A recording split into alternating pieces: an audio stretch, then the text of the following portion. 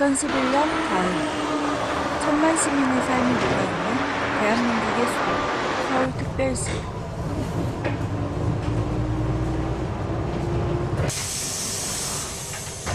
(2011년) 가을의 어느 아침, 우리의 수도 서울은 기지개를 피며 또 다른 하루를 시작할 준비를 하고 있습니다.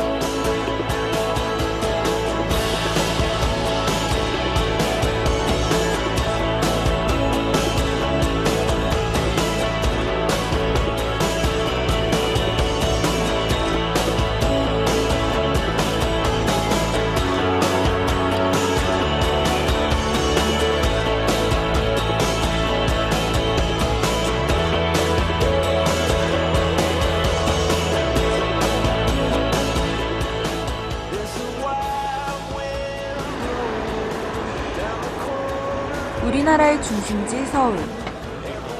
서울은 브라질의 상파울로를 제치고 세계에서 가장 인구가 많은 도시로 집계됐는데요. 개발도상국을 제외하고 나면 인구 밀집도 또한 세계 1위를 기록하고 있습니다. 비교적 좁은 땅 위에 어떻게 이렇게도 많은 사람들이 옹기종기 모여 살고 있을까요?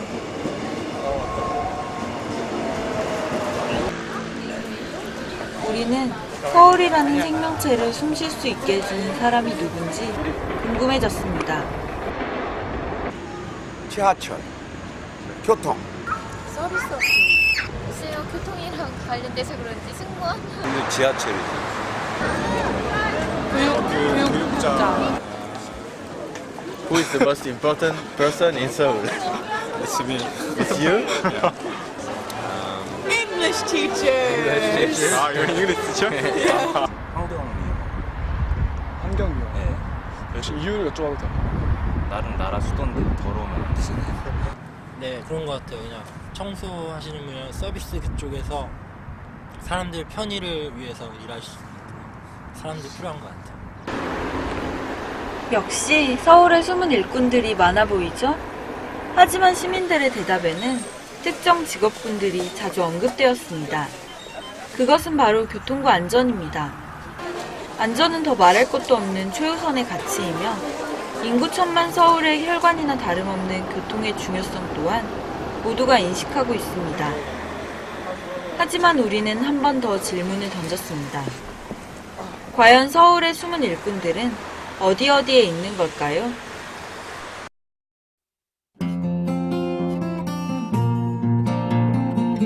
이곳은 서울시 종로구에 위치한 서울지방경찰청.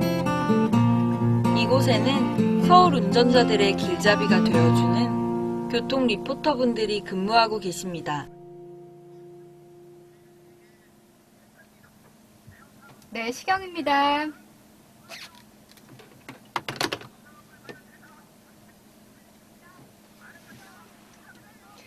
언제나 당신 곁에 아이니어를 주시할 수가 있는 수협지 않은 주시는 대만민도 동부간선도로와 북부간선도로 정책을 가장 먼저 서울시내에서 일어나는 모든 교통 상황을 취합해서 라디오 방송을 통해서 사람들에게 전달하는 그런 일을 하고 있죠.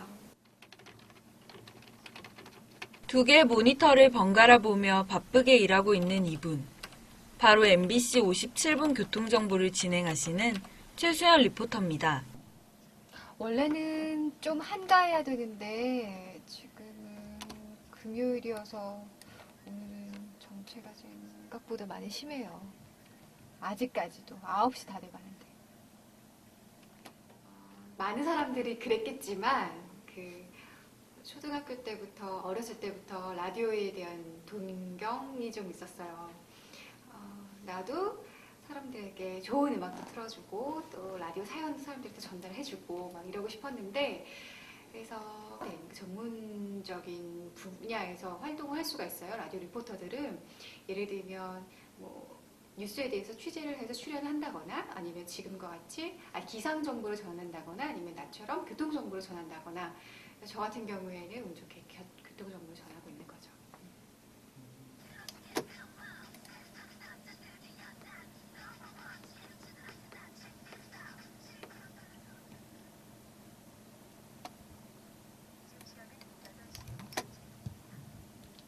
언제나 당신 곁에 아인유어 에너지 GS칼 특수 협찬 57분 교통정보입니다.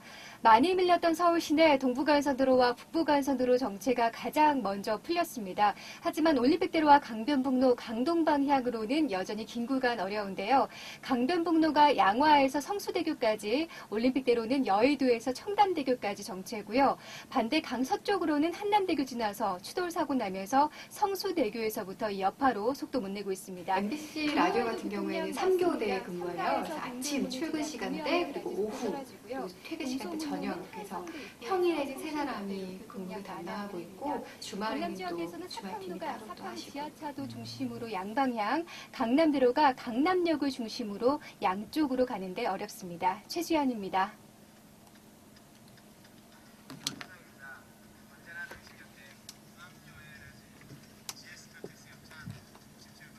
누군가는 작가가 원고 써주지 않냐 막 이러는데 네 저희가 다 써요. 상황 바로 보고 취합해서 멘트는 저희가 다 쓰죠. 상황이 어떤지 가장 빨리 먼저 파악할 수 있는 건 우리니까. 이게 한 편 조금 넘을 텐데 한 편 반? 뭐 이 정도 될 텐데 근무하는데 막 물론 돌아다니는 건 아니어서 그렇게 막 불편하다 막 이렇게 느끼진 않지만 좁은 공간이니까 아쉬운 부분들이 있죠. 그리고 창문이 없어서 우리는 공기청정기랑 선풍기는 꼭 있어야 할 필수품이고요. 겨울에도 가끔 그래서 선풍기 틀어요. 환기시키려고. 25개의 군, 424개의 동, 25개의 다리로 이어진 서울. 이 수많은 도로들을 최수연 리포터는 모두 외우고 있을까? 다행히 운전을 하기 때문에 대부분의 길을 알고 있는 편이긴 해요. 근데 이제 모르는 곳들이 있으니까, 왜냐면 내가 살지 않거나 가보지 않은 곳들은 사실 길을 알기가 쉽지 않잖아요. 근데 알지 못하는 곳들을 설명하고 방송하기는 되게 쉽지 않아요. 왜냐면 방향도 모르고 여기가 어느 지점인지 파악할 수 없어서 일부러 진짜 모르겠는 곳은 차 타고서 혼자 가본 적도 있고, 항상 퇴근 시간대 도심에서 강남 방향으로 많이 밀리거든요. 근데 그날따라 1, 2, 3부터는 모두 시원한 거예요. 그래서 이 좋은 소식을 빨리 전해드려야지 막 이러면서 방송을 시작했는데, 그래서 지금 남산 1, 2, 3호 터널 시원합니다 해야 되는데 남산 1, 2, 3, 4호 터널까지 간 거예요. 이 말이 험나가지고. 그래서 터널 하나를 더 뚫어서 바로 아니다 정정하고 1, 2, 3호 터널 해줬던 그런 경험이 있어요.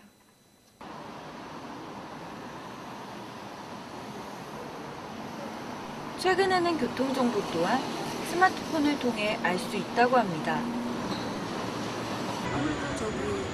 교통정보 이런 거 핸드폰 많이 이용하겠지. 요새는 스마트폰. 그렇게 근데 스마트폰은 화면이랑 같이 나가서 음성 정보보다는 스마트폰이 그 트위터를 통해서도 나오고 하니까 모르겠는데, 당장 없어지면 그걸 이용하는 사람들, 나이 많은 분들은 그거 안 하고 57분 교통정보를 이용하는 사람들이 많지 않겠느냐. 내비게이션 아니지만 어플리케이션 같은 경우에는 내가 손을 찍고 보고 운전하는 동안 할 수 없잖아요. 하지만 라디오 같은 경우는 들으면서 운전할 수 있다는 좋은 장점이 있고요. 거기다가 내비게이션이나 어플리케이션 같은 경우에는 사람이 하는 건 아니잖아요. 그러니까 어떤 라디오 방송은 사람이 전체 상황을 종합해서 그 사람의 방송에 마음을 담아서 이야기하는 거기 때문에 이 사람들이 안전에 주의해라라고 100번 외치는 것보다 어디길이 어떤 상황이 있어서 어떻게 어려우니까 어떻게 우회를 해라, 어떻게 조심해서 가라라고 마음을 담아 얘기해 주는 게 지금까지 라디오 교통방송의 존재 이유가 아닐까라는 생각을 해요.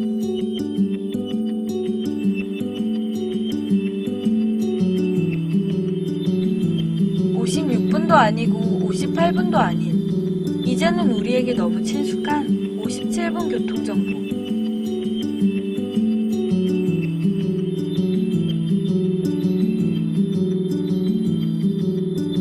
교통정보를 진행하는 리포터분들이 없다면 우리의 삶은 조금 힘들지 않았을까요?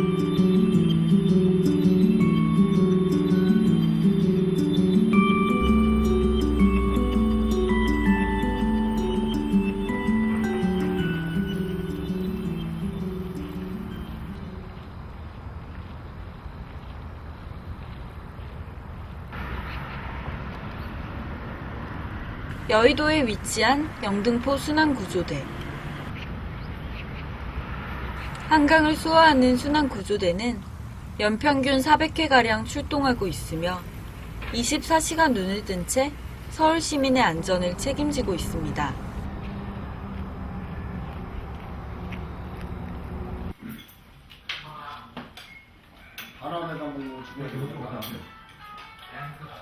늘 사선 위에 서 있는 사람들.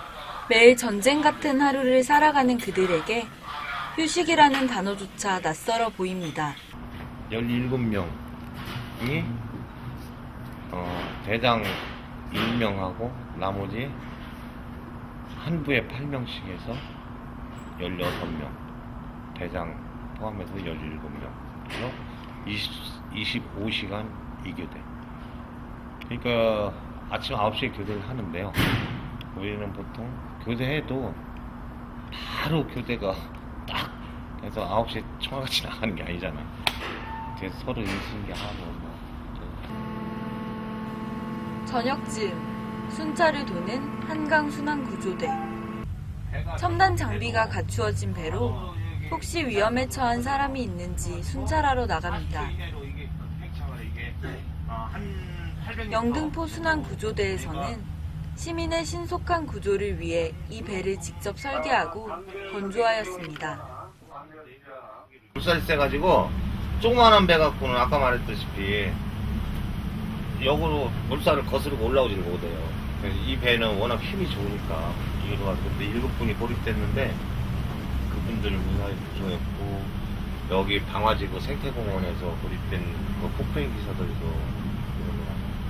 하여튼 이번 여름에 홍수가 길어지면서 그런 분들, 고립된 분들을 요 선박으로 많이 구조했어요.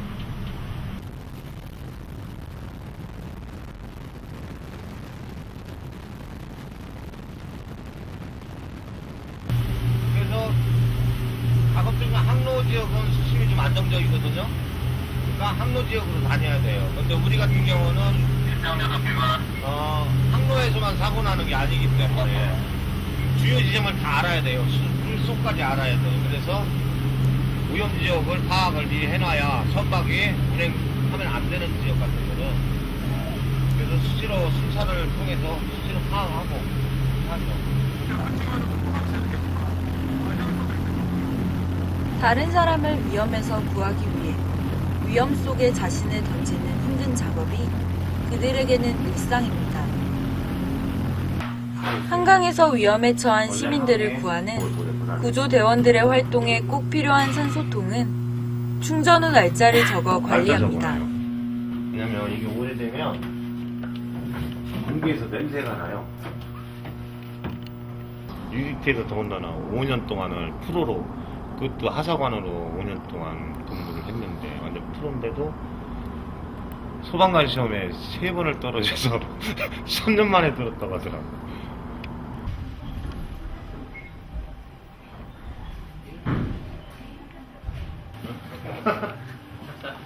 우리 여기 정명석 반장님은 우리 산림꾼 내무생활 주로 서무하고 서무행정, 행정 업무를 주로 하시면서 필요할 때는 현장에 나가고.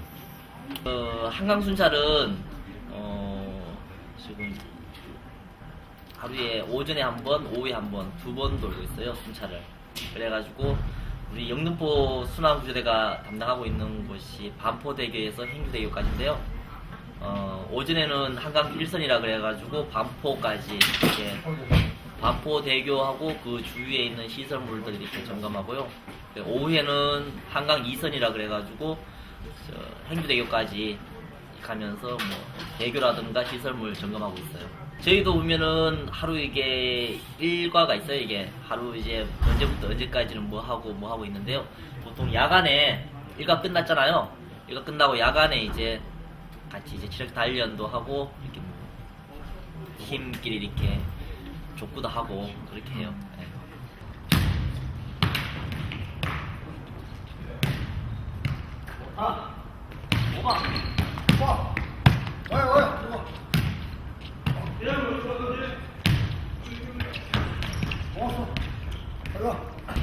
이렇게 운동하시다가도 이렇게 또 출동 또 신고 들어오면 또 출동하시는 건가요? 출동을 전제하에 운동하는 거지. 아. 운동을 하기 위해서 출동을 안 나가면 우리 운동을 하는 의미도 없고.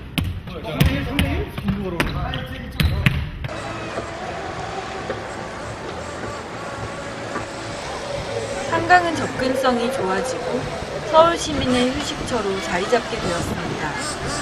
하지만 이에 따라 사고의 위험성이 높아지기도 했습니다.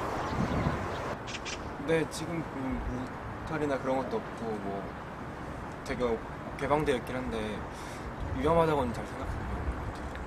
어린애들 같은 경우는 물 좋아하니까 가까이 가게 되잖아요. 그래서 그거는 좀 있는 것 같아요. 제가 볼 때는 그 개인주의, 그러니까 흔히 말하면 안전 불감증이라고 하잖아요. 그게 사실은 진짜 많은 데 있어요, 사실은. 여러분들이 모르셔서 그렇지 인식을 못하고 어떤 것이 어떻게 하면 위험하다는 이 자체를 모르기 때문에 사고가 발생하는 경우가 많아요. 이게 아예 느낌 자체가 없는 거죠. 불감증이라는 게 안전에 대해서는 아예 거기에 대해서 모르고 있기 때문에 그런 사고가 발생할 수 있는 소지가 많은 거예요. 그러니까 한강에 가면은, 물가에 가면은 어떤 위험성이 있다. 그 다음에 위험성이 발생하면 어떻게 대처해야 된다. 그런 게 전혀 교육 자체가 안 돼 있어요. 그 일을 하면서 자기가 그 사람한테 도움을 주려고 해서 자기가 뭔가 좀 잘못된 행동을 해서 그 사람한테 피해준다 그러면 유치될 수 있는데, 그 상황에서 자기가 최선을 다하게 했다고 이렇게 생각을 하고 최선을 다하면 그만큼 더 그 보람을 더 느끼는 거죠, 사실.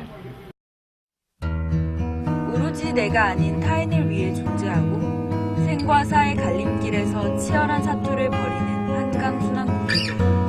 인명을 구조하기 위해서라면 단 1초의 망설임도 없이 몸을 일으키는 것이 그들입니다.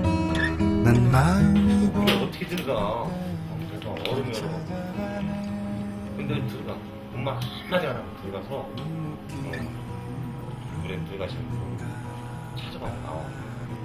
그럴 때는 조금 뭉클하지. 막 그 선배 입장에서 미안하기도. 오늘도 그들은 서울을 만들고 숨쉬게 하기 위해 열심히 일합니다. 그들에게 있어 서울은 삶의 터전이고 물을 주어야 하는 화초와 같습니다.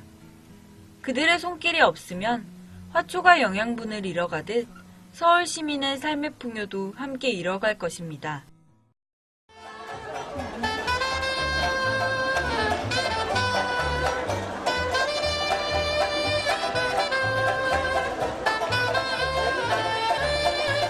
오늘도 무사히 일과를 마친 서울의 시민들. 우리에겐 서울을 받쳐주는 그들과 같은 숨은 기둥들이 있어 오늘도 무사하고 내일도 무사하고 미래에도 무사할 것입니다.